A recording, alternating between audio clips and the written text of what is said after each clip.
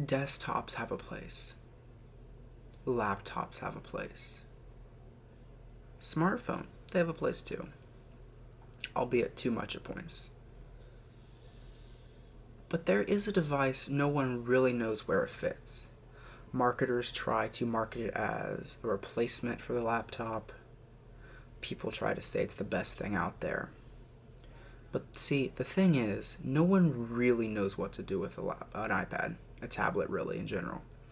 And I think that's something we should talk about. Let's get into today's video.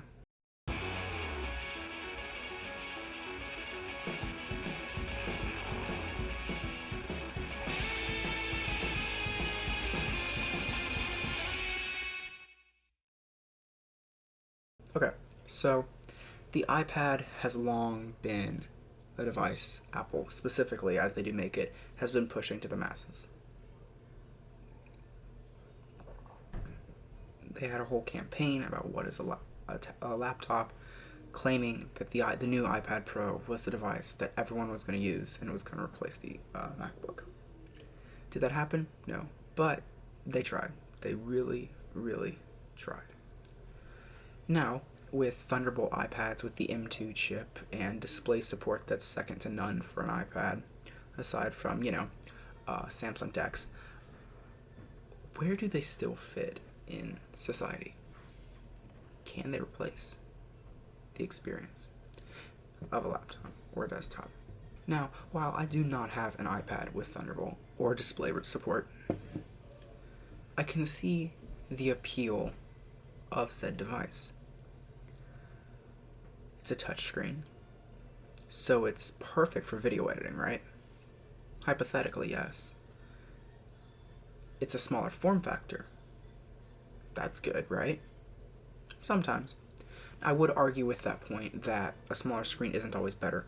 Now, supposedly, we're going to have a 16-inch iPad coming out here somewhere in the future. I'm not sure what to think about that. That's a big tablet. And people like Samsung have done that in the past with their Tab 6 Ultra. That is a monstrous tablet, but how much can you really use it when it becomes laptop sized? What are you really doing with it? Now, of course, the biggest concern that people have with the tablet space is that of not having a way to really use it and maximize it. Now, I do agree there is definitely a place for the tablet. If you're photo editing on a tablet is so much nicer than editing on a phone. It's also miles ahead of editing on a computer, because when you can use your finger, as Steve Jobs said, when that is your pointing device, not a mouse, not a slider on a 2-inch screen, okay, a 6.5-inch screen, then it is so much more precise. And with the evolution of the Apple Pencil and the support it brings with so many devices and so many products, it's just astounding how good it has gotten. It's a device for the masses for sure, but where can we actually use it the most? Now, this is something that requires a lot of thought. It's a very select few. And when it comes to the actual using of it, how can we maximize that best? Now, where does the iPad really fit though? This is a question we've been asking for so long. How do we get an iPad into our daily use? And this is something that I think we can do. We just have to realize it's never going to take over the other devices. Now, an iPad is a very useful device. It can be a monitor for a camera. It can be a note device. It's great for teaching in front of people because you don't have to take up a notebook. You don't have to be flipping through notebooks. But it's bigger than your phone and smaller and less distracting than a laptop.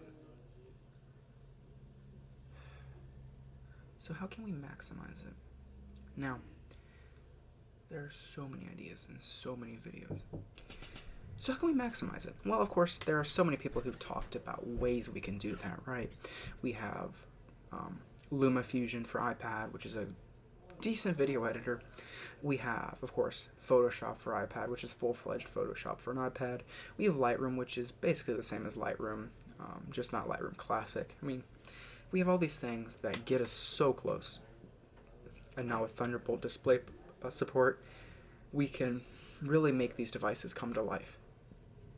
being able to give it so much more of a macOS feel has made it so much closer, yet also so far. The biggest jump we've had recently for the proposal of making an iPad a actual laptop replacement is a piece of software that's coming out this fall. DaVinci Resolve is coming to iPad. Now, if you don't know what DaVinci Resolve is, or you don't care, well, by all means, skip ahead in the video. However, DaVinci Resolve is a standard for video editing. It's leaps and bounds above every other video editor out there, especially any free video editor. Now, they advertise it, they market it as the video editor of Hollywood. Now, of course, while I can't either confirm or deny that, I can assure you of this one fact. It is by far the best video editor for free anywhere. It is very much, if you video edit, it's so much, I mean, you already know then, but it is very much like Final Cut Pro, which is a $300 piece of software. And so for that to actually come to iPad, or just to be accessible, period, is just so crazy that we have access to this software. Now back to iPads, though. iPads are good. iPads have their place. But do they have their place in your life? Now, I have an iPad with me. I use it all the time. I use it for note-taking in classes. But outside of that, what do I use it for? And they make keyboards for iPads. It's not like we don't have good keyboards. I have a $250 keyboard sitting in my drawer over there. Is it on my iPad right now? No, I have a folio case on it right now because it goes back to form factor, right? iPads are small. They're meant to be thin. And so when you get these big cases, the Magic Keyboard springs to mind. The Logitech Folio Touch springs to mind, which is what I have. These keyboard cases with mice and all that. It really makes the iPad so much bigger and heavier. So something to consider. Now, I will say this as a closing thought. I can see, especially with what Apple's doing with iPadOS and what they're doing with just the iPad in general, how this device will become more of a device for the masses and more of a option. Instead of getting a MacBook Air, instead of getting a baseline 13-inch, 14-inch MacBook Pro, getting this instead. It's very appealing. It has the power, especially now with the iPad Pros, it has the power of a MacBook. Now, it may not be optimized, but it has the power. It has oodles more portability. It has a cellular connection. And so for creatives, I think this is something that they will start looking at more, right? Because if you can video edit, especially with DaVinci Resolve coming, if you can video edit on an iPad, if you can do your photo editing on an iPad, if you can do all these things on an iPad that you don't really need a computer for as much, then by all means, go for it.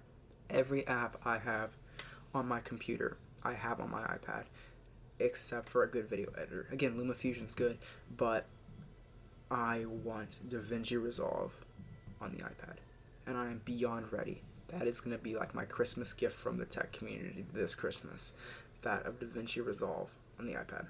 So with that being said, I will catch you guys in the next video. If you liked this video, be sure to comment down below what you want to see in an upcoming video or what your favorite part of this video was. If you think there's something I could do better or I should work on, be sure to comment that too, because I love seeing your guys' feedback and I love being able to create content that specifically you want. I have a couple of videos I'm scripting for a couple comments I got that said what they wanted coming soon. So, I will catch you guys in the next video.